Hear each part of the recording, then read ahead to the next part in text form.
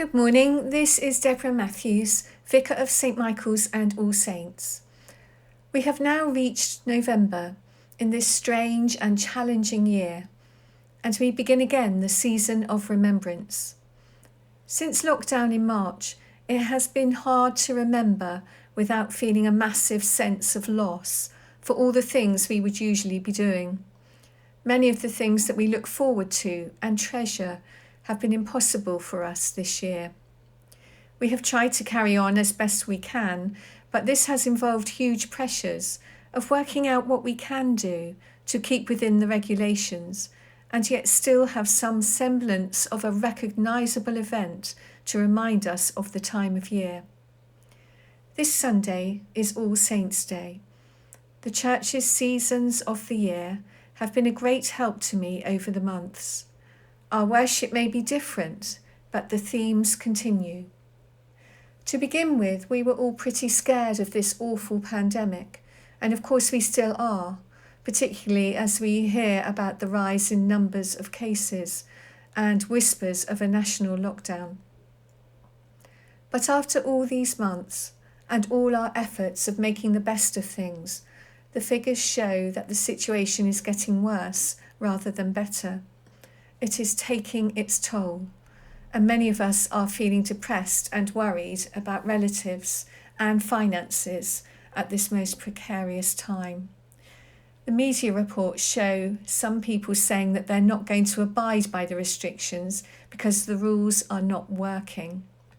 The government are being criticised for their handling of the situation and for continually changing their minds. When new regulations are implemented, we hear complaints of inequality and injustice. And every time there is a change of mind by the authorities, there is an accusation of a U-turn.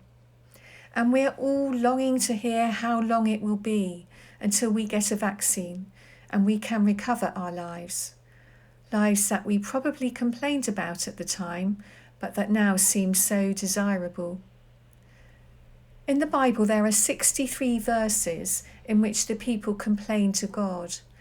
The cries to God found in the Psalms seem most apposite for us today. The writers of the Psalms pour out their sorrow to God. From Psalm 13, How long, Lord, will you forget me forever? How long will you hide your face from me? How long must I wrestle with my thoughts, and day after day have sorrow in my heart? From Psalm 69, I am worn out, calling for help. My throat is parched. My eyes fail, looking for my God. And the words from Psalm 22, so well known because Jesus himself used them as he prayed to his Father from the cross. My God, why have you forsaken me? Whatever our situation in life, everyone will have made sacrifices over these last months. And so these cries of God's people over the centuries connect with us today as we also cry out, How long, Lord? We have longer to wait and more time to make a difference. We need to be patient and find new ways to remember special times in the year. Rather than concentrating on what we have lost, we can focus on what can be gained instead. This Sunday morning, we will be giving thanks for all the saints. Most of them were just ordinary people who struggled in life just as we do. Some of them lived quite self-centered lives until there was a crisis in their life.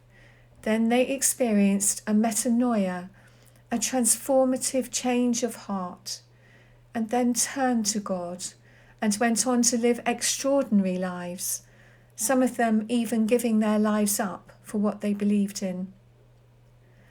So U-turns and changes of mind can be extremely helpful, arising from reflection and a thought-through approach. That turning point in the way we respond to life can make all the difference. So let's all try a bit of metanoia and look for some positivity and hope as we rethink ourselves. And remember, if we can trust in him, God will hear our cry and accompany us on the journey that we must take. God bless you.